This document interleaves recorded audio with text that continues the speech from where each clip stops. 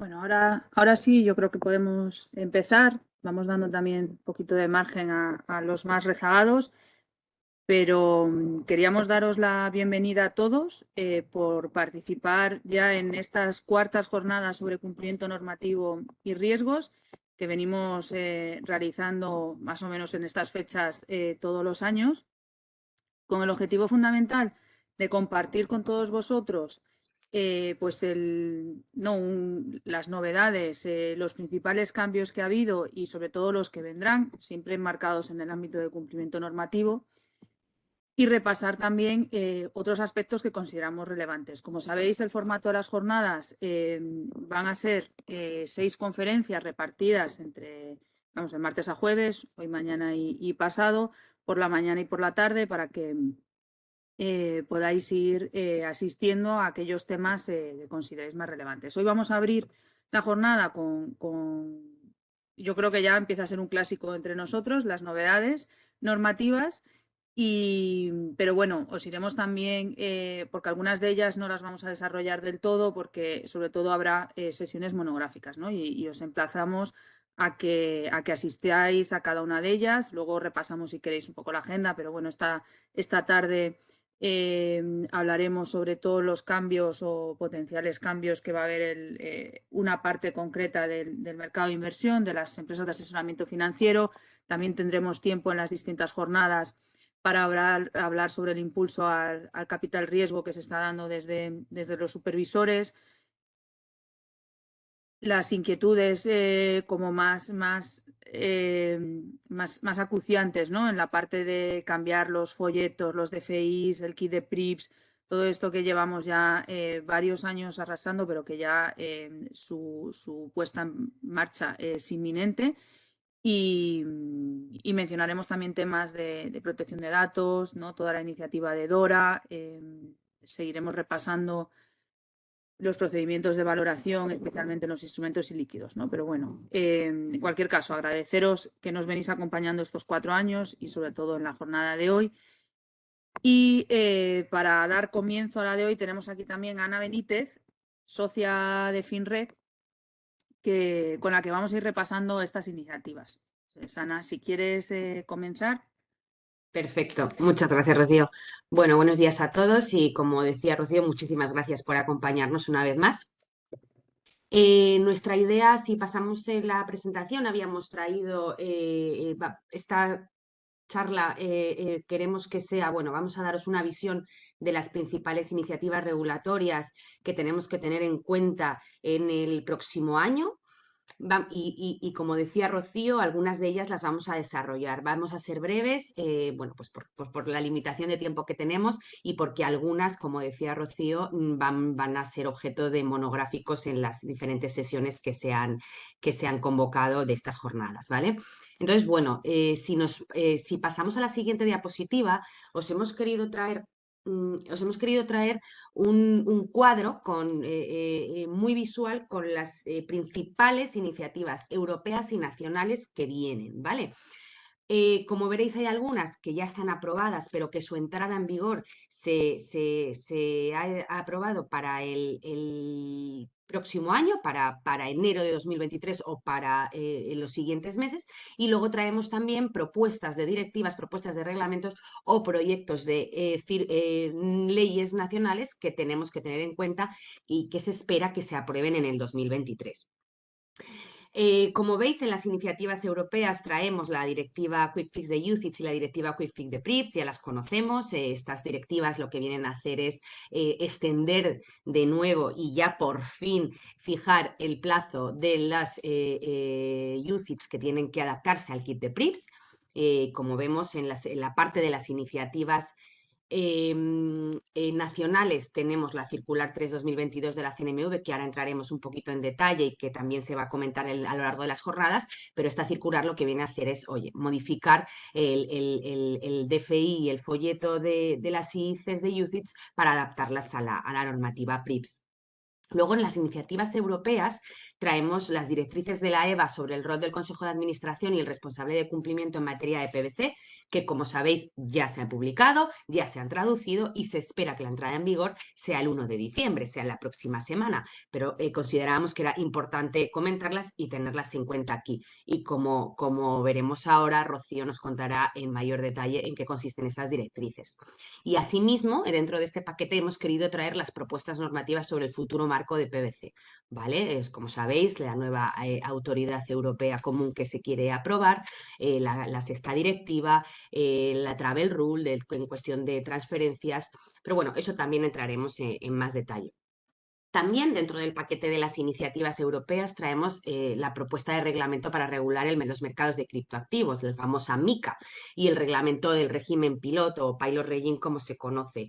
Este reglamento ya ha sido aprobado, se aprobó en este año, pero se espera que el 23 de marzo de 2023 empiecen a ponerse en marcha, ¿vale? También hablaremos ahora un poquito de este reglamento de MiCA. La propuesta de reglamento sobre la resiliencia operativa digital, conocido como DORA, que entraremos en detalle en una de las jornadas específicas, creo que es la semana mañana o por María Vidal. Como no, el paquete de SG, Finanzas Sostenibles, traemos para el próximo año el reglamento delegado de desarrollo de SFDR, que como sabéis hay que empieza el modelo normalizado y la publicación de las PIAs en el próximo año, la nueva Directiva de Divulgación de Información Corporativa sobre Sostenibilidad, la famosa CSRD, otras siglas más, ya tenemos todo tipo de siglas para normativa, y esta directiva fue publicada recientemente, la semana pasada, y entraría en vigor en el año 2024, pero quería mostrarla aquí dentro de este paquete. Y se espera que se publiquen las nuevas directrices de la ESMA sobre gobierno de producto para incluir toda la consideración de las preferencias y factores de sostenibilidad en el mercado objetivo, en la definición del mercado objetivo. Además, dentro del paquete de iniciativas europeas tenemos los reglamentos delegados y de ejecución que desarrolla el reglamento de crowdfunding de las plataformas de participación participativa. Recientemente se han publicado numerosos reglamentos delegados de desarrollo y de ejecución que hay que tener en cuenta y que entrarán en vigor en el siguiente año. Y dentro de las iniciativas europeas, la dejamos al final, pero no por su importancia, tenemos la modificación de MiFIR, MiFID II y vamos hacia la MiFID III, ¿no? Como sabéis, en el 2021, en noviembre de 2021, se publicaron una modificación del reglamento de MiFIR y de la directiva de MiFID II, pero en cuestión de mercados, todo para la modificación de términos de centros de negociación, de transparencia, sobre todo lo que se desarrolla en el reglamento MiFIR. Y bueno, pues como consecuencia de las modificaciones en el reglamento MiFIR, se te modificaba también la directiva MiFID, pero únicamente en cuestión de mercados. ¿Qué pasa? En julio de este año, en julio de 2022, la Comisión Europea publicó un informe sobre la directiva MiFID y en cuestión de incentivos, idoneidad e información a los inversores. Bueno, como sabéis, en este informe, bueno, pues la Comisión hace una crítica sobre la aplicación de MiFID II de los últimos años y viene a proponer la prohibición total en todos los servicios de distribución de los incentivos, ¿vale? Entonces, bueno, esto fue un informe de la Comisión Europea en julio de 2022. En octubre se ha publicado por el ECON una modificación de la directiva MiFID con enmiendas, y hay propuestas de modificación a la directiva MiFID, y hay una enmienda que nos parece muy relevante comentaros, en la que ya se incluye la prohibición total de esa percepción de incentivos en todos los servicios, ¿vale? Esta propuesta tiene que aprobarse y se espera que la votación sea en el Parlamento el 31 de enero del 2023. Veremos cómo queda, veremos en qué queda esa modificación, esa enmienda. Pero bueno, parece ser, y si va en línea con el informe de la Comisión Europea, parece ser que podemos ir hacia una prohibición total de incentivos en la prestación de servicios de inversión, en todos los servicios de inversión de distribución. Pero bueno, veremos en qué queda. Y luego ya nos vamos a las iniciativas nacionales y, como comentaba, la Circular 3/2022, que ya está publicada, por supuesto, y aprobada, pero entran en vigor el 1 de enero de 2023 y las entidades tienen hasta finales del mes para adaptar sus DFIs y el folleto. También tenemos el proyecto de ley de servicios de atención a la clientela, toda la parte del servicio de atención al cliente. se esperaba que se tramitara por el trámite de urgencia, pero aquí seguimos. Ayer mismo se publicaron nuevas enmiendas. Seguimos en fase de borrador, en fase de proyecto. También traemos la Ley 18/2022, la ley conocida como Ley Crea y Crece, que como comentaba Rocío, vamos a comentar en detalle tanto aquí como en una sesión mañana específica para la parte de capital riesgo. Luego tenemos el proyecto de ley sobre protección de personas que informan sobre infracciones normativas, el famoso proyecto de ley del canal de denuncias que viene a transponer la whistleblowing. Todavía siguen proyectos, se espera que se aprueben el próximo año, pero es importante tener en cuenta a nivel de cumplimiento normativo. Muy importante el proyecto de ley de los mercados de valores y los servicios de inversión y sus reales decretos de desarrollo, que ahora veremos un poquito más en detalle. Seguimos en proyecto de ley y veremos qué recoge estas modificaciones. Y por último traíamos el esperado proyecto de Real Decreto por el que se crea en el Ministerio de Justicia el registro de titularidades reales en materia de PVC, que como sabéis sigue en proyecto y todavía no tenemos una fecha prevista de aprobación, pero nos parecía importante traerlo en este gran bloque para el año 2023. Por tanto, ahora si os parece, vamos a daros un pequeño detalle sobre las iniciativas que marcamos con una lupita en esta slide para que tengáis una visión de cuál es el alcance, plan de acción para las entidades y su calendario previsto. Entonces, Rocío, si te parece, empezamos con la primera. Sí, pues la primera que traíamos eran las directrices de la EVA, que como sabéis fueron publicadas en junio de 2022 y que sobre todo lo que pretendían era homogeneizar, ¿no? Todas las obligaciones entre los países miembros de la Unión Europea, porque ya sabéis que toda la normativa de desarrollo de prevención de blanqueo de capitales emana de directivas europeas, pero que se han ido transponiendo a los distintos países miembros y no todos han aplicado con el mismo nivel de intensidad todas las obligaciones, ¿no? Pensar además que estas directrices se publican en un contexto o son fruto, ¿no?, de las conclusiones de los informes que las autoridades europeas han ido extrayendo de los distintos países miembros, y lo que denotaban en ellos o se ponía de manifiesto eran debilidades sobre todo en el grado de implicación de los órganos de administración en las entidades financieras, ¿no? Se venía a recoger en esos informes que no todas las entidades de todos los países miembros de la Unión Europea daban prioridad y la importancia necesaria para luchar contra la prevención de blanqueo de capitales. Y, por tanto, no siempre se destinaban todos los recursos técnicos y humanos necesarios para la lucha, ¿no?, contra el blanqueo de capitales y la financiación del terrorismo. Es más, incluso algunos decían que les costaba hasta tener un interlocutor con esas entidades y saber, ¿no?, y poder supervisar y poder entender cómo se estaban implementando esas medidas, ¿no? Entonces, lo contamos y nos parece relevante porque es cierto que España esto no es así. O sea, en España ya la transposición de la normativa pues fue bastante, fue bastante exigente y ya se proponía, bueno, pues una mayor implicación de los consejos de administración, ¿no?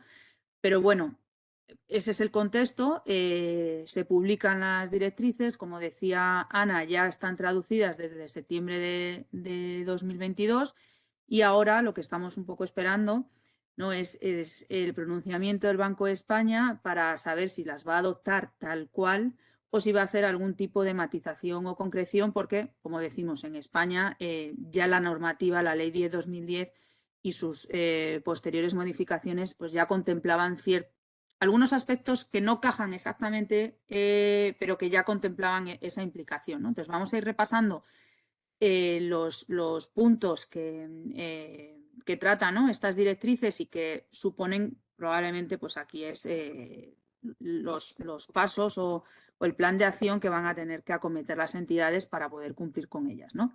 En cualquier caso, lo primero que debemos destacar es que esto aplica a las entidades financieras. Las entidades financieras en un sentido amplio, no nos quedemos únicamente en los bancos, ¿no?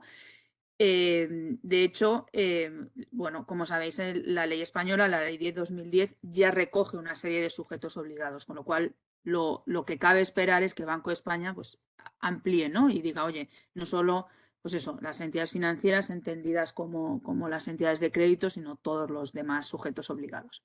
Como decíamos, lo que persigue lograr es ese entendimiento común del papel y las tareas y responsabilidades del órgano de administración, ¿vale? Que van a seguir siendo el órgano máximo y con la responsabilidad máxima dentro de la entidad.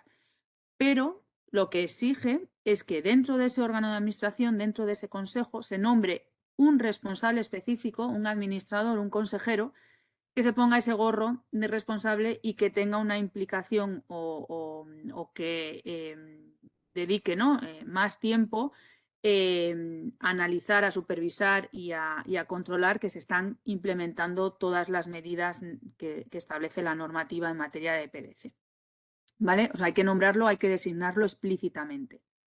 ¿Vale? Y por tanto, tiene que ser una persona que esté capacitada, es decir, un consejero que conozca, tenga conocimientos específicos en materia de PVC y, por supuesto, que conozca bien el modelo de la entidad, que esté implicado e involucrado en ese modelo para que pueda realmente valorar los riesgos en materia de PVC a los que puede estar expuesta la entidad y, por supuesto, si necesita más recursos o no y tiene que destinarlo. ¿Vale?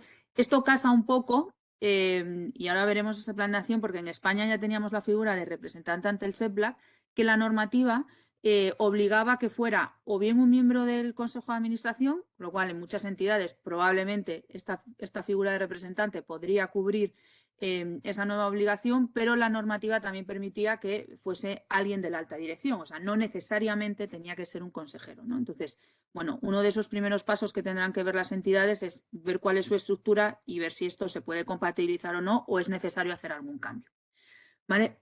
Y otro de los aspectos claves de estas directrices es que además tiene que designarse un responsable de cumplimiento en materia de prevención de blanqueo. Es decir, volvemos a repasar, ¿no? El órgano de administración tiene la responsabilidad máxima en su conjunto, va a haber un consejero específico que asuma esa responsabilidad y luego además un responsable de cumplimiento en materia de PVC.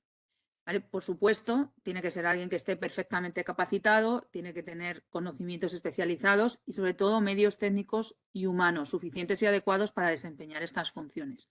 Y aquí nos va a pasar un poco también lo mismo, ¿no? A expensas de lo que acabe diciendo el Banco de España sobre estas medidas y cómo las encajamos, recordar que aquí ya tenemos la figura del OCI, ¿no? El órgano de control interno, que en la mayoría de las entidades, como lo aconseja la norma, es un órgano colegiado en el que aparecen distintas figuras, representantes de las distintas áreas de negocio que puedan tener impacto, ¿no? Y que por ese órgano pues, pasan las decisiones más operativas del día a día, ¿no? De si tenemos que autorizar, si tienen que autorizarse clientes de riesgos, si tienen que analizar el seguimiento de las operaciones. No, bueno, pues ahora esas figuras y esas responsabilidades vienen definidas por este responsable, ¿no? Y habrá que ver si encaja ahí, si hay que nombrar una figura expresa, a lo mejor puede asumirla el representante ante el SEPLAC, ¿no? Entonces, todo eso hay que analizarlo. Es verdad que la normativa habla de un principio de, perdón, la normativa, las directrices hablan del principio de proporcionalidad, ¿no? Y lo que te dicen es, si en algún momento no vas a designar a este responsable, tienes que justificar por qué, ¿no? En base a, pues, el tema de tamaño, de número de empleados, de actividad, si la actividad que lleva la entidad tiene más o menos riesgo, pues si es una actividad presencial, si es a distancia, bueno, pues un público dirigido a un público objetivo o de algún área geográfica en concreto, ¿no? Bueno, pues todo eso va a haber que analizarlo y en el caso de que no cumplas con ello, pues vas a tener que justificarlo y explicarlo, ¿no? Y luego las directrices también destinan un gran bloque relacionado con cómo hay que organizar el sistema de prevención cuando estás dentro de un grupo, ¿no? Entonces, aquí, ¿qué es lo que es importante con estas directrices? Bueno, pues obviamente hay que analizarlas, ¿no? Y sobre todo lo que os decíamos. El primer paso casi es ver, ¿no? Cómo se adapta la estructura actual que tenéis en cada una de las entidades que tenéis y ver si las podemos pueden encajar con esa figura, como decíamos, del representante ante el SEPLAC, del OCI. Hay muchas entidades, sobre todo las de mayor volumen, que ya tenían una unidad técnicas responsables solo en materia de PVC, es decir, no estaba mezclada con cumplimiento normativo, ya estaba separado, ¿no? Entonces, ver cómo encaja y cómo lo hacemos, ¿no? Si es necesario asumir estos nombramientos y repasar, eso sí, nos va a tocar repasar el manual e ir chequeando, ¿no? Y que esté dentro de cada uno de los órganos o de estas áreas o de estos responsables todas las funciones que dicen expresamente que tiene que tener las directrices, ¿no? Porque serán muy parecidas, pero a lo mejor nos falta alguna línea. Entonces, eso seguro que hay que repasar el manual y modificarlo, ¿no? Realizar los nombramientos formales que resultasen necesarios y revisar en su caso también el plan de formación, ¿vale? Lo que se le da muchísima importancia, ya también antes, ¿no? Porque la normativa de prevención de blanqueo de capitales es más una normativa de medios, ¿no? Se exigen medios para luchar más que de resultados. Luego, oye, podrás detectarlo o no, pero lo importante es que desde luego dediques esos recursos, ¿no? Entonces, incide muchísimo en el conocimiento que tienen que tener estas personas expresamente en materia de PVC. Entonces, a lo mejor es necesario pues, dar algún tipo de formación más específica o porque todos los años suele ser la misma formación, ¿no? Entonces, pues, a lo mejor justo en la de este año pues, hay que meter un bloque nuevo para seguir concienciando y viendo las medidas, ¿no? Y todas estas directrices se publican en mitad de ese proyecto europeo de reforma de todo el marco de la prevención de blanqueo de capitales, ¿no? Que ya salió, la verdad es que ya se publicó la Comisión Europea, no este verano, sino el anterior, en junio de 2021, 4 reglamentos o 4 documentos que la verdad que no solo refuerzan, sino que van a cambiar sustancialmente también todo el marco europeo de la prevención de blanqueo de capitales, ¿no? ¿Por qué? Pues un poco en base a eso mismo que comentamos al principio. Son las directrices, todas las directivas europeas necesitaban esa transposición al ordenamiento jurídico nacional de cada uno de los Estados miembros y no todos no todo se ha traspuesto igual y no a todos los clientes o a todas las entidades se les exige las mismas medidas de diligencia en unos y otros países, ¿no? Y entonces hay cierto arbitraje que lo que se pretende es acabar con él y conseguir realmente una armonización, porque al final es una normativa o es un ámbito que trasciende, ¿no? de las fronteras. Entonces, en ese sentido, se sacó un reglamento, se publicó, que ya os decimos, que siguen todavía en la mesa, están todavía en proyecto, pero bueno, no descartamos que quieran correr un poco y aprobarlos todos porque estaba previsto para este año 2023 que entra la creación de una autoridad supervisora a nivel europeo, ¿no? Que igual muchos la habéis oído por sus siglas, ¿no? AMLA, sus siglas en inglés. Esta autoridad será totalmente independiente, ¿vale? Y con ella lo que se pretende unificar es la supervisión en toda la Unión Europea, o sea, que esta entidad pueda ir a revisar las entidades financieras en España o en Francia, o en Italia, o en Alemania o en cualquier país, ¿no? Y en este sentido, pues el SEPLAC a priori va a quedar en un segundo plano, pero obviamente esta entidad supervisora no va a poder revisar a todas las entidades. Entonces sí que previsiblemente delegará poco al SEPLAC y aquellas entidades que le considere que tienen un menor riesgo, ¿no? Y que no son de riesgo sistémico en este caso, pues probablemente seguirá siendo el SEPLAC aquí en España el que siga haciendo las supervisiones. Pero en cualquier caso habrá muchísima más cooperación, integración y armonización, ¿no? También está dentro de ese paquete un reglamento que va a regular la información que debe acompañar todas las transferencias con criptoactivos, ¿no? Y toda su operativa en general, la Travel Rule que os mencionábamos antes. Bueno, pues como sabéis, pues, casi todo eso avanza mucho más rápido que la normativa. Llegamos siempre con un poco de retraso, pero está claro que el mundo de criptoactivos también también traspasa las fronteras y tiene que regularse a nivel europeo. Está prevista la 6ª directiva. O sea, ya sabéis que estamos en la 5ª, ya la tenemos implementada en España, pero con este paquete de medidas se va a publicar una 6ª directiva, ¿no? Que pretende hacer ese cambio. Pero para que no ocurra lo mismo, junto a la sexta directiva va a haber un reglamento único de aplicación directa en la que no va a ser necesario que se transponga. Entonces, todos los países miembros van a estar sujetos a esas normas y requerimientos en materia de PVC. Presumiblemente esto sustituirá a toda la normativa nacional. Pero lo cierto es que, como decimos, este paquete que ya se publicó en junio de 2021 todavía sigue en borrador. El calendario tentativo y plazos, pues lo que se decía en el paquete borrador era que el AMLA, la autoridad supervisora, iba a crearse en 2023, iba a ir implementando o iba a ir asumiendo esas funciones y responsabilidades que se le creaban paulatinamente hasta que realmente en el 2026 estuviese plenamente operativa. Mientras tanto, bueno, pues fuese escalonado. Y la aprobación o la entrada en vigor de ese reglamento único que hablábamos estaba previsto para finales de 2025, con lo cual ya sabéis que para que entre en vigor en 2025 normalmente siempre hay un periodo de, ¿no? un periodo de adaptación o un tiempo, un margen para que las entidades puedan ir acometiendo esas reformas o modificaciones que necesitasen, con lo cual pues preveemos que tiene que estar antes. Si no es 2023, debería ser 2024 si quieren cumplir con ese calendario. Pero efectivamente habrá que ir viendo en qué queda la cosa, ¿no? Ya tendremos oportunidad seguro en siguientes webinars y jornadas de ir comentando los avances. ¿Quieres? Cambiamos de tercio, ¿no? Y nos adentramos un poquito en el universo Mica otra vez. Gracias, Rocío. Efectivamente, pues ahora vamos a ver el reglamento MICA. Como sabéis, se publicó en septiembre de 2020, pero este octubre de 2022, el 10 de octubre de 2022, se publicó una nueva versión que cambia sustancialmente el contenido respecto de la versión publicada en septiembre de 2020. ¿Cuáles son los objetivos de este reglamento MICA?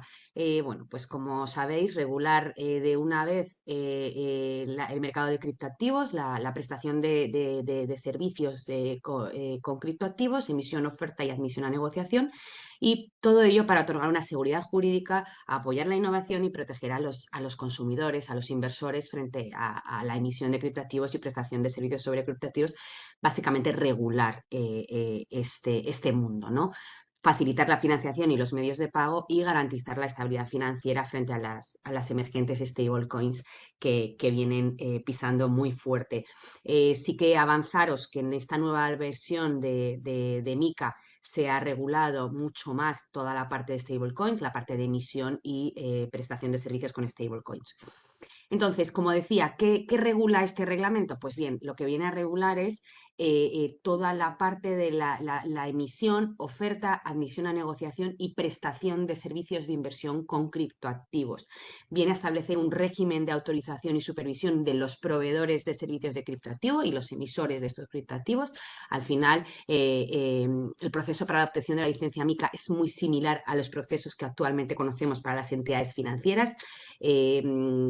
Para las entidades financieras, atención, van a estar sometidas a un proceso de notificación para determinados servicios, no de autorización, es decir, las entidades financieras ya podrán prestar estos servicios sin necesidad de pasar por un proceso de autorización como el que está previsto para los nuevos players, ¿no? En este reglamento se establece unas normas de funcionamiento, organización y gobierno a los emisores y a los proveedores de servicios sobre criptoactivos. No nos parece raro, estamos muy habituados a este tipo de normas en la normativa financiera. En nuestro querido MiFID, ahí tenemos todas las normativas de organización y de estructura y de normas de conducta que tenemos que llevar a cabo con los servicios de inversión, pues lo que viene a hacer es asimilarlo en determinados servicios a la prestación de servicios de inversión y implantar una serie de obligaciones a los proveedores de estos servicios de información a clientes, de estructura, de conflictos de interés, de atención a reclamaciones. Bueno, para que os hagáis una idea, hay los servicios que se recogen en este reglamento, tenemos servicios que se llaman asesoramiento, y hasta distingue entre asesoramiento no independiente e independiente, para que os hagáis una idea de la similitud con la norma de MiFID, ¿no? E incluso MiFID II. Y luego, por supuesto, como decía, normas de protección al consumidor para la emisión y colocación de criptoactivos y la prestación de los servicios. Asimismo, se incluyen unas medidas para prevenir el abuso de mercado muy relevantes cuando esos criptoactivos estén sometidos, estén admitidos a negociación en un mercado y sorprendentemente bueno, pues han eliminado del reglamento toda la parte de normativa de prevención de blanqueo de capitales. Pues ya sabéis que tenemos una normativa específica de prevención de blanqueo de capitales para aquellos proveedores de servicios de criptoactivos actualmente en vigor. Entonces se ha quitado de este reglamento, pues ya teníamos esa normativa específica. El calendario, como decía, este octubre se publicó esa versión votada por el ECON, por la Comisión del ECON de la Comisión Europea. Se espera que se apruebe en marzo o abril del 2023. Se espera, pero no estamos seguros. Creíamos que iba a ser antes, pero por lo que hemos oído, dicen marzo de 2023, abril. Y esto sea la aprobación final y publicación en el DOE. ¿Qué pasa? Que el propio reglamento prevé una una aplicación de 12 y 18 meses. 12 meses para toda la parte de stablecoins y de e-money tokens y para el resto de proveedores de servicio de criptoactivos, todo para septiembre de 2024, siempre y cuando se publicara en marzo de 2023. Este calendario es un calendario estimado, como decía, contando que se apruebe en marzo de 2023. Pero bueno, que tengamos en cuenta que una vez se apruebe y se publique en el DOE, tenemos 12 meses y 18 meses para adaptarnos o para que las entidades estudien su modelo de negocio y se adapten a las obligaciones que se prevén en el reglamento MiCA. El reglamento MiCA es solo el inicio, es un primer paso, pues en el propio reglamento se otorga unas obligaciones a la ESMA y a la EBA de desarrollo de reglamentos delegados, directrices para una mayor comprensión de los requisitos exigidos, aclarar ciertas cuestiones de formato, fondo, además de estudiar el propio mercado, ¿no? Las propias autoridades europeas van a tener que analizar el mercado, van a tener que ir aprendiendo, entonces se les dota la potestad de tener que emitir directrices, reglamentos delegados, reglamentos de ejecución. Por tanto, tendremos que tener en cuenta esta propuesta de reglamento, esta versión final del reglamento y además toda la normativa de desarrollo que va a acompañar al reglamento, ¿vale? Entonces, si pasamos a la siguiente. Bueno, sí, esto lo vamos a pasar un poquillo ya más rápido porque al final queríamos dejar un poquito de margen para preguntas que pudierais tener y aún todavía nos quedan varias iniciativas que queríamos comentar. Una de ellas era la circular 3/2022, que ya sabéis que está publicada, entró en vigor y lo que establece el primer deadline, ¿no? O fecha objetivo es este 1 de enero de 2023, en el que va a haber que todas las gestoras van a tener que tener adaptado su DFI al nuevo contenido, bueno, al contenido del reglamento PRIPS, que se ha ido posponiendo porque ya estaba toda la parte de DFI, el DFI en las ICs y los vehículos UCITS armonizado y ahora lo que se pretende es que, bueno, ya se cambie o se actualice y puedas comparar todo tipo de productos, ¿no? Entonces, ¿qué cambia? Van a cambiar sobre todo la metodología de cálculo del indicador resumido de riesgos. Ya sabéis que antes en el DFI aparecía un indicador del 1 al 7, ¿no? Y que se venía calculando. Bueno, pues ahora la forma de calcular ese indicador es distinto, ¿no? También hay novedades relevantes sobre la información de los costes totales. Hay que meter escenarios de rentabilidad futuros también. Entonces, necesitan todas las entidades, todas las gestoras necesitan adaptar sus herramientas y sus sistemas para poder ir generando esta información periódicamente, ¿no? Y sobre todo aquí el DFI, comentar que tiene que ser elaborado directamente por las gestoras para cada IC. Ya no lo va a hacer CNMV en sus sistemas, ¿no? Entonces, lo tienen que cambiar las entidades, ¿vale? Y una vez que ya esté modificado y adaptado el reglamento, pues tienen el plazo de un mes, ¿no? Hasta el 31 de enero para hacer el envío de este nuevo DFI a través del trámite FOIN, ¿no? Del trámite de los folletos. Eso sí, la CNMV va a actualizar de oficio los folletos de las ICs que ya estuvieran registradas en esta fecha, ya dadas de alta, ¿vale? Porque bueno, pues para ajustar con esa información que le mandes del DFI, pues va a cambiar las rentabilidades, los escenarios y otro tipo de información, ¿vale? Pero bueno, las que no, las que se vayan a inscribir nuevas, pues ya tendrán que mandar los folletos en el nuevo formato, ¿no? Y aunque de todas formas esto lo explicarán con muchísimo más profundidad y mejor en la jornada que tendremos el jueves por la mañana a las 9:30, pues el equipo de Ángel Moreno y José María Contreras, ¿no? que están liderando también este servicio en AFI. No es exactamente de la circular 3/2022, pero bueno, ya que hablamos de que tenemos que renovar el DFI y los folletos, también queríamos repasaros y que no se nos olvidara que aquellas ICs o vehículos que promuevan la sostenibilidad o que tengan como objetivo inversiones sostenibles, o sea, las ICs que estén etiquetadas, ¿no?, dentro del artículo 8 y 9, deberán anexar al folleto un anexo ya tipificado y tasado. De hecho, bueno, pues ahí os ven, para que penséis y tengáis en mente, es este dibujito, es este anexo, ¿no?, que venía en el reglamento delegado y que tendrán que ir contestando a una serie de preguntas con el mismo objetivo, ¿no?, el de ir proporcionando información armonizada sobre materia de sostenibilidad, ¿no?, y que realmente el inversor final pueda hacerse una idea de lo que incluye cada una y otras. Entonces, aquí es importante, de verdad, que tengáis en mente el plazo, que es 1 de enero, aquí también, y que hay que tenerlo, incluirlo, ¿vale? Repasamos también la ley Crea y Crece, la ley 18 de 2022, que salió publicada el 28 de septiembre y que ya está en vigor desde el pasado 19 de octubre, que realmente introduce pues muchas novedades, ¿no?, en el régimen de las entidades de capital riesgo y en otros ámbitos que ahora también detallaremos.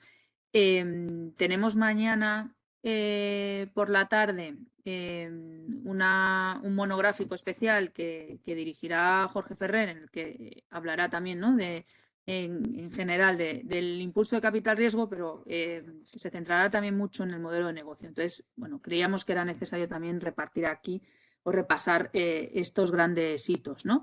La más importante, o lo que casi, bueno, no sé si la más importante, pero desde luego lo que todo el sector estábamos esperando, ¿no?, era la posibilidad de poder distribuir o comercializar los vehículos de capital riesgo a aquellos, bueno, minoristas. Es verdad que la norma no habla de minoristas, habla de no profesionales, ¿no?, pero lo que realmente traducimos como minoristas y que además su inversión sea inferior a 100.000 euros, ¿vale? Eso sí, siempre que vaya previamente acompañada de una recomendación que le haya hecho un asesor financiero, ¿no?, un profesional, un especialista. Si el patrimonio financiero de este cliente, de este inversor, no supera los 500.000 euros, pues la cuantía mínima invertida pues tendrá que ser de 10.000 euros, ¿vale? Y nunca podrá suponer más del 10% de su patrimonio. Pero en cualquier caso esto abre y efectivamente impulsa, ¿no?, la posibilidad de que todos los inversores, incluidos los no profesionales, tengan acceso a estos vehículos que, bueno, en la coyuntura económica en la que estamos, pues bueno, pues el binomio rentabilidad-riesgo es más atractivo que quizá en otras épocas, ¿no? Y por qué no van a poder participar también el pequeño ahorrador en este mercado, ¿no?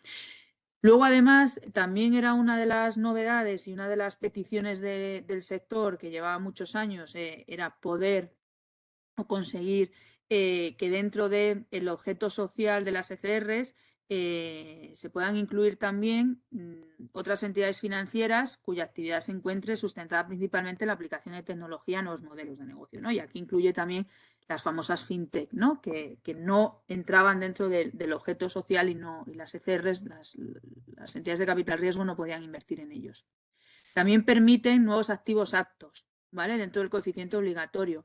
Se va a poder, ya se va a poder computar, ¿no?, dentro de esa definición, las facturas, préstamos, créditos y efectos comerciales de uso habitual de aquellas entidades en las que la ECR, la sociedad de capital riesgo, la entidad de capital riesgo, ya tiene una participación. Es verdad que pone un límite hasta el 20% total del activo computable, pero hasta ahora, si recordáis, pues podías invertir en las entidades o a través de la inversión directa en la participación del capital de ellos, o en su caso, préstamos participativos, pero ahora precisamente el hecho de invertir en esas entidades y poner en marcha, pues también se requiere de estos inversores la posibilidad de dotar de liquidez, ¿no? Y poder hacerlo, pues eso, con la inversión, ¿no? Con comprar las facturas o tener esos préstamos más a corto plazo y poder hacerse cargo de ellos.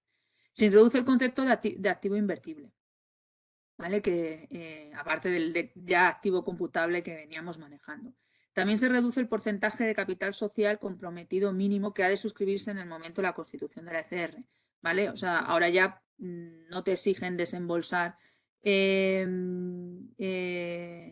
la totalidad, sino ya hemos pasado del 50 al 25%, pero minora el plazo para alcanzar el capital comprometido a los 12 meses, ¿vale?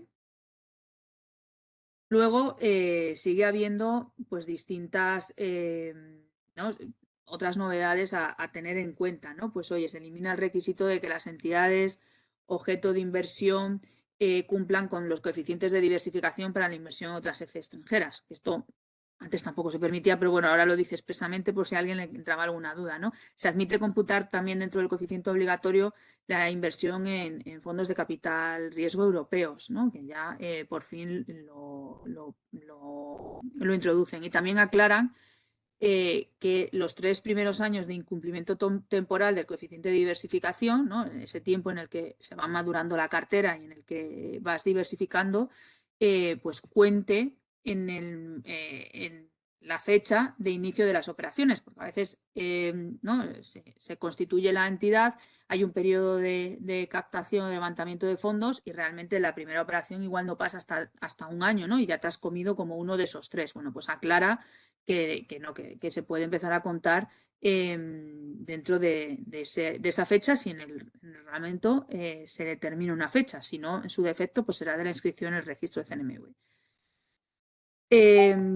A nivel de acceso a la actividad, pues va a permitir a las sociedades gestoras de capital riesgo que se puedan constituir como sociedades limitadas, ¿vale? No es necesario ya que sean como sociedades anónimas. Muy relevante nos parece aquí también el punto de que se elimina el servicio de asesoramiento en materia de inversión de la lista de servicios accesorios. O sea, las gestoras de capital riesgo ahora ya no van a poder prestar ese servicio de asesoramiento.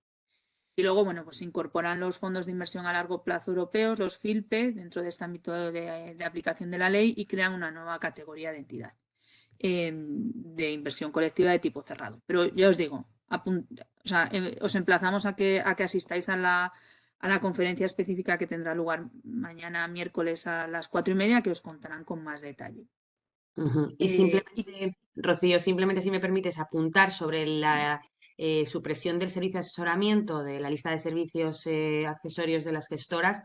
Bueno, seguramente lo desarrolle Jorge en su sesión, pero bueno, tenemos información de que ha sido un error, que se ha incluido por error en la norma y que están viendo cómo modificar la normativa para bueno, volver a incluir este servicio. O sea, hemos hablado con CNMV y CNMV nos ha confirmado que efectivamente ha sido un error, que no era su intención eliminarlo de la lista. Veremos cómo queda. Pero bueno, Jorge os contará en mayor detalle esta información.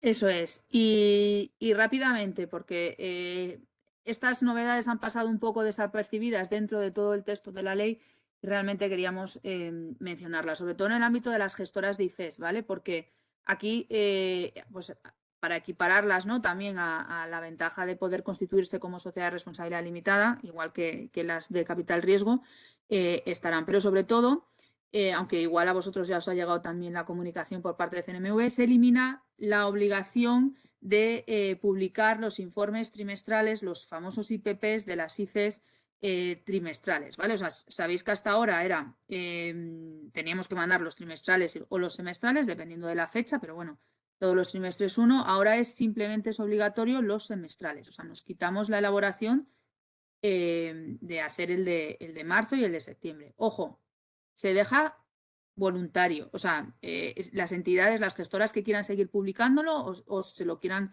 mandar a sus inversores, lo van a poder hacer, pero ya no es obligatorio, ¿vale? En el caso de que las gestoras opten precisamente por este régimen voluntario de seguir mandando trimestralmente, pues tendrán que publicar un hecho relevante antes del 1 de enero de 2023 para, bueno, expresar ese deseo de seguir manteniendo esa periodicidad, ¿vale? Y luego van a obligar que de forma predeterminada todas las comunicaciones con partícipes y accionistas sean por medios telemáticos. Hasta ahora era al revés, ¿no? Era todo en papel, salvo que consigas bueno, el documentito firmado por el cliente diciendo que expresamente quiere que sea por medios telemáticos. Bueno, pues ahora se va a invertir y a partir de ahora será todo telemático, salvo que alguno te diga expresamente que lo quiera en papel, ¿no?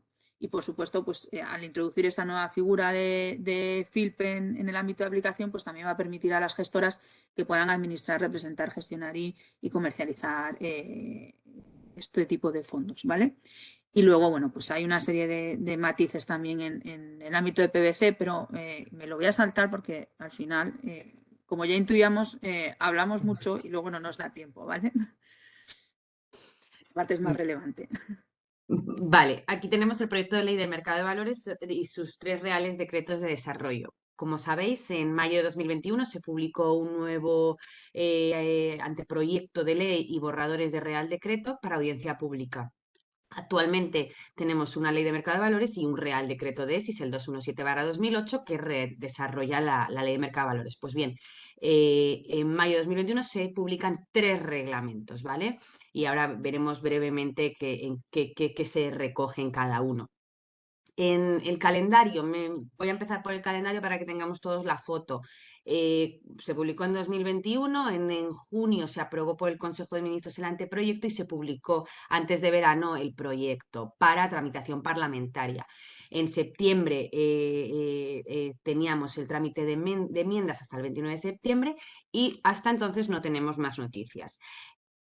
¿Por qué ponemos aquí 23 de marzo de 2023 fecha de aplicación del reglamento régimen piloto? Pues bien, una de las modificaciones que ahora veremos que se incluyen en la Ley de Mercado de Valores y en sus reales decretos es la posibilidad de, bueno, la consideración de instrumento financiero de aquellos instrumentos que sean emitidos en blockchain, en DLT. Entonces, esto se hace y se posibilita para, bueno, pues para dar cabida a la negociación, a la emisión de estos instrumentos en mercados en DLT, que es justo lo que permite el reglamento de régimen piloto. El reglamento de régimen piloto, como anteriormente decía, se aprueba el 23 de marzo de 2023. En una conferencia que estuvimos con la CNMV hace unas semanas en este contexto sobre el régimen piloto, nos vino a decir que no cree que la ley del mercado de valores esté publicada antes del 23 de marzo de 2023, que es cuando entraría en vigor el régimen piloto y, por tanto, se permitiría la consideración de los instrumentos financieros en DLT. Así que la fecha que tenemos en nuestra cabeza es semestre del año que viene, publicación de la Ley de Mercado de Valores y sus reales decretos. Pero veremos a ver, ¿vale? Esas son las pistas que tenemos. Al final, los objetivos de la nueva Ley del Mercado de Valores y sus 3 reales decretos es mejorar la técnica normativa, sistematizar la regulación del mercado de valores. Los que conocéis esta ley, tenemos distintos cuerpos normativos que se han ido aprobando, distintos reales decretos que se han ido aprobando para transponer directivas europeas o incluso para aplicar reglamentos de directa aplicación. Entonces, lo que quiere hacer esta normativa es, oye, aunar toda la regulación del mercado de valores en un solo texto y en sus reales decretos, eliminar los preceptos ya recogidos en la ley española y que se regulaban por reglamentos de directa aplicación. Pues, por ejemplo, tenemos, hay un reglamento un real decreto que tenemos de los centros de negociación que se aprobó de urgencia, no sé si os acordáis, en Navidades, en el 2017, de mercados. Eso es de directa aplicación y, por tanto, tenemos que eliminarlo. Entonces, se elimina toda esa parte de directa aplicación de la normativa y se incluyen todas las adaptaciones necesarias, como decía antes, para el tema de criptoactivos, para la operativa de negociación de criptos considerados instrumentos financieros y, por tanto, negociados en DLT. Todas las aplicaciones todas las obligaciones de DORA, sanciones e incumplimientos que se prevén en DORA, y transponer otras directivas, como sabéis, que todavía no están transpuestas, que deberían haber sido transpuestas, como es IFD y IFR, toda la parte de la normativa de solvencia de recursos propios de las empresas de servicios de inversión, Solvencia II, mercados, la directiva Quick Fix de MiFID, que, como sabéis, se tenía que haber transpuesto en febrero de este año. seguimos sin transponerlo en nuestro ordenamiento, y otra serie de directivas que modifican la directiva UCITS, IFMD, MiFID, por la aplicación del reglamento DORA, ¿vale? Por toda que ya os contarán, pero os avanzo que es todas las obligaciones que tendrán las entidades, las gestoras, las ESIs y las entidades de contar con medidas de control de toda la parte TIC, de parte de telecomunicaciones y resiliencia digital.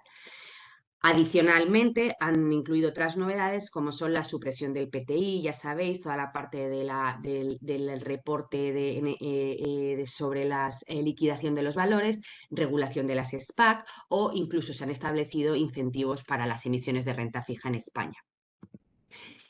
En la siguiente slide os habíamos incluido una breve descripción sobre cada cuerpo, bueno, bloques, ¿no? Porque al final, como os decía, tenemos la Ley de Mercado de Valores y luego se han incluido 3 reales decretos que son sobre el régimen jurídico de las entidades que prestan los servicios de inversión, otras sobre los instrumentos financieros, régimen de registro, infraestructuras de mercado, más centrada en la operativa de mercados, y luego otro reglamento de potestades y facultades de supervisión de la CNMV. Y luego hemos querido meter otro bloque que es aprovechando la oportunidad, lo hemos llamado, que es lo que comentaba al inicio, ¿no? De, pues eso, la eliminación del sistema de PTI, la regulación de las SPAC o todo el tema de bueno, pues las operaciones, las emisiones de renta fija, los requisitos que se han reducido para incentivar estas emisiones. He ido muy rápido, en las slides tenéis la descripción, pero no quería comerme el tiempo de preguntas. Y si pasamos ya a la siguiente iniciativa y última, aquí os habíamos incluido el proyecto de ley de canal de denuncias, el proyecto de ley sobre protección de personas que informan sobre infracciones normativas, que viene a transponer, como sabéis, la directiva de whistleblowing.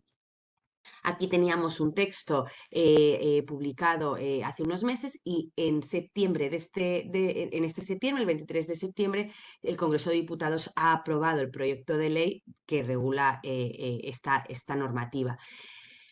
Como sabéis, la directiva de whistleblowing impone la obligación a todas las entidades a tener un canal de denuncias interno y un canal de denuncias externo. Hablo de todas las entidades porque sí que es verdad que lo que dicen es entidades de 50 o más trabajadores, entidades de medio ambiente, entidades que se dediquen a la seguridad del transporte, y todas las entidades, con independencia del número de empleados que estén sujetos a las obligaciones en materia de PVC, o aquellas entidades que se dediquen a servicios y productos financieros.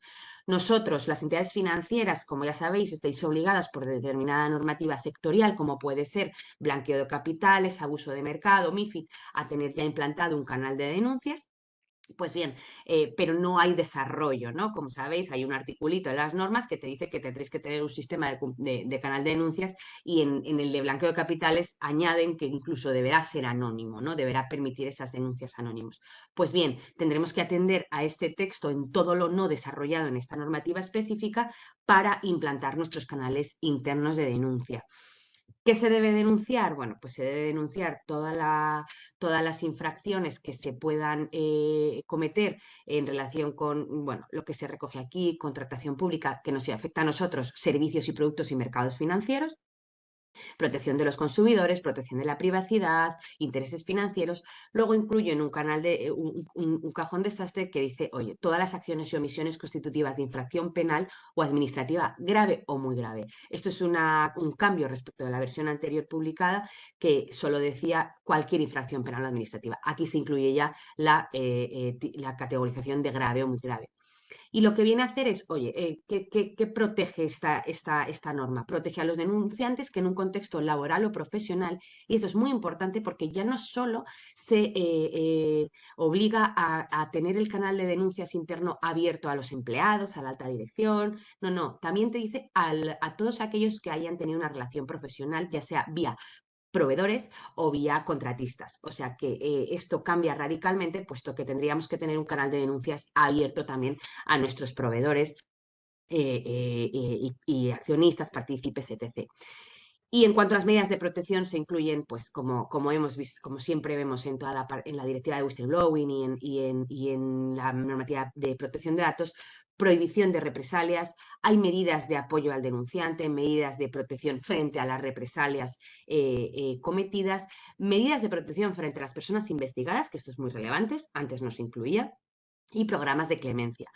Como decía, y el mensaje que queríamos dejaros es, hay una obligación de implantar canales de denuncias internos, pero es que además habrá un canal de denuncias externo regulado y gestionado por una autoridad independiente.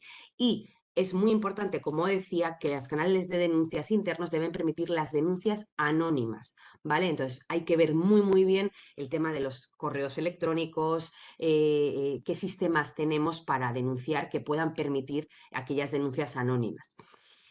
Y bien, perdonad que hemos ido muy rápido en estas últimas diapositivas, pero queríamos cumplir con el horario establecido y dejar unos minutitos para cualquier cuestión que os haya surgido. No obstante, aquí tenéis nuestras direcciones, nos conocéis, tenéis nuestros correos para cualquier duda o reflexión que queráis comentar con nosotros.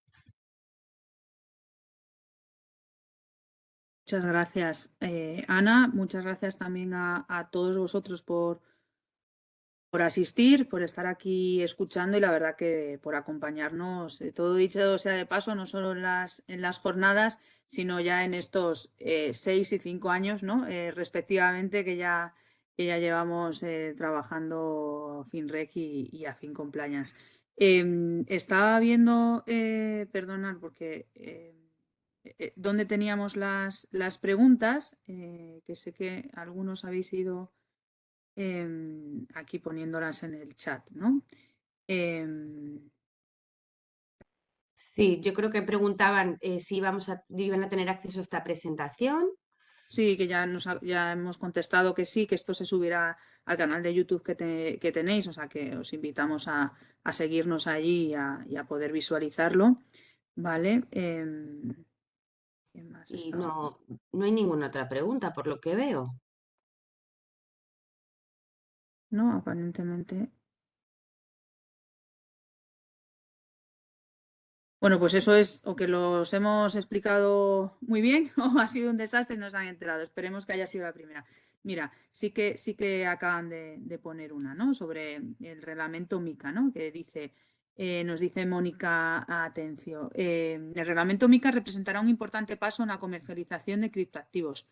¿Creen que habrá repercusión en los requerimientos de capital y solvencia en términos generales sobre las entidades que participen en estos procesos de distribución y comercialización de productos de este tipo? Sí, por supuesto, por supuesto. Hay una parte prevista de todo el tema de recursos propios y cuando se distribuye y se comercialice este tipo de productos. Sí, sí, sí, por supuesto.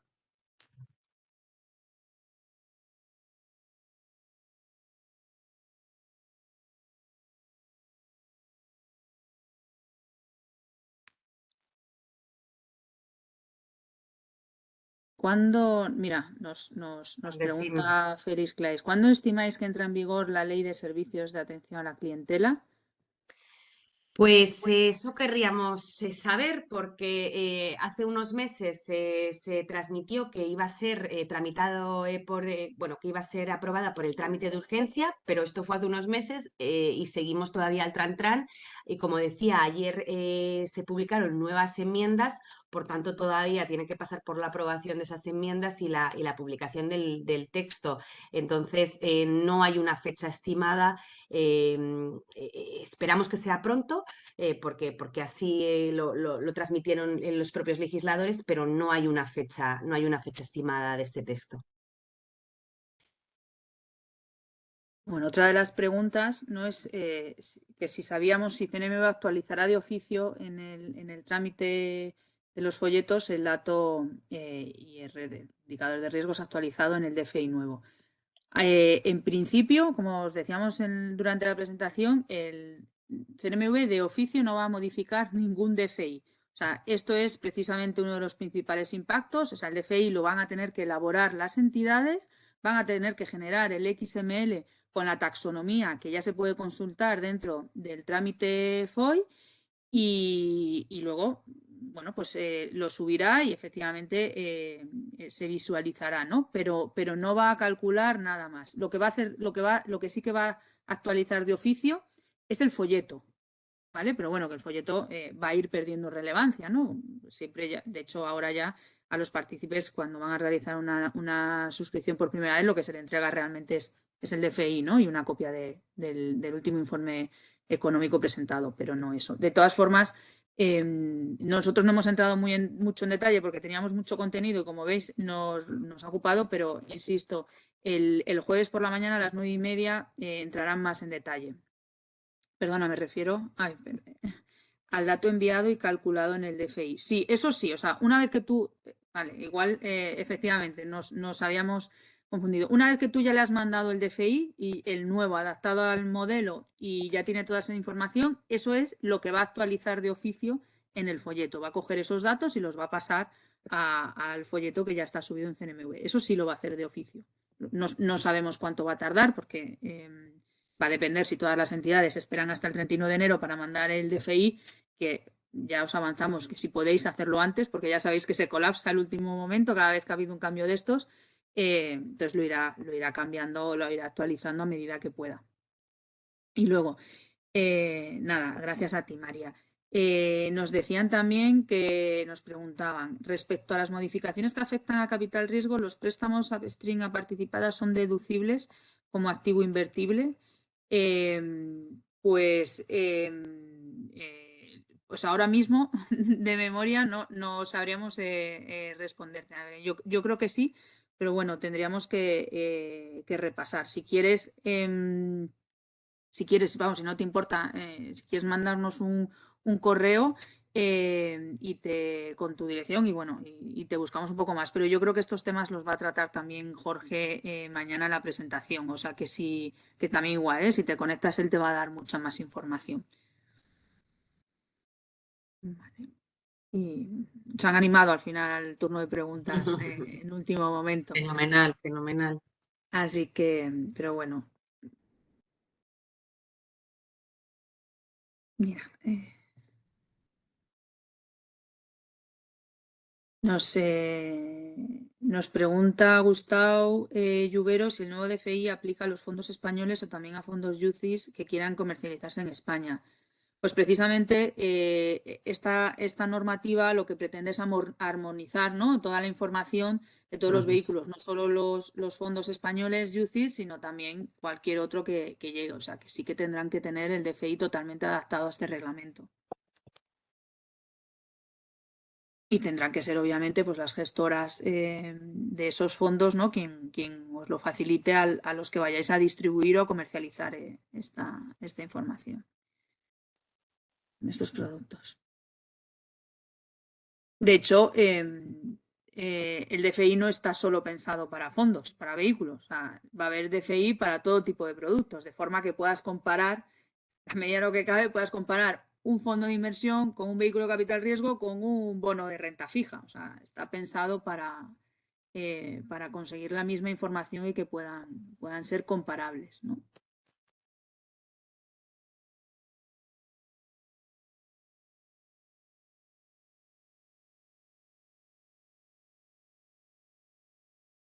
Bueno, pues si os parece, porque yo creo que ya, gracias a todos vosotros, si os parece, podemos finalizar aquí, porque claro, luego obviamente todos tenemos que ponernos en marcha, ¿no?, el resto del día. Y como os decía, a vuestra disposición, si queréis profundizar en algún tema, que no, os animamos pues eso, a que sigáis el resto de conferencias y también para todo el tema de novedades normativas, los que supongo que ya estaréis suscritos, pero los que no, os podéis suscribir a la newsletter de FinReg 360, que, bueno, donde os irán llegando también correos y alertas con las principales novedades, ¿no?, que siempre está muy bien, sobre todo los que nos dedicamos al compliance y tenemos que ir estudiándonos, ¿no?, toda la normativa. Así que nada, bueno, pues muchísimas gracias a todos vosotros y esperamos veros en las siguientes sesiones. Muchas gracias. Hasta luego.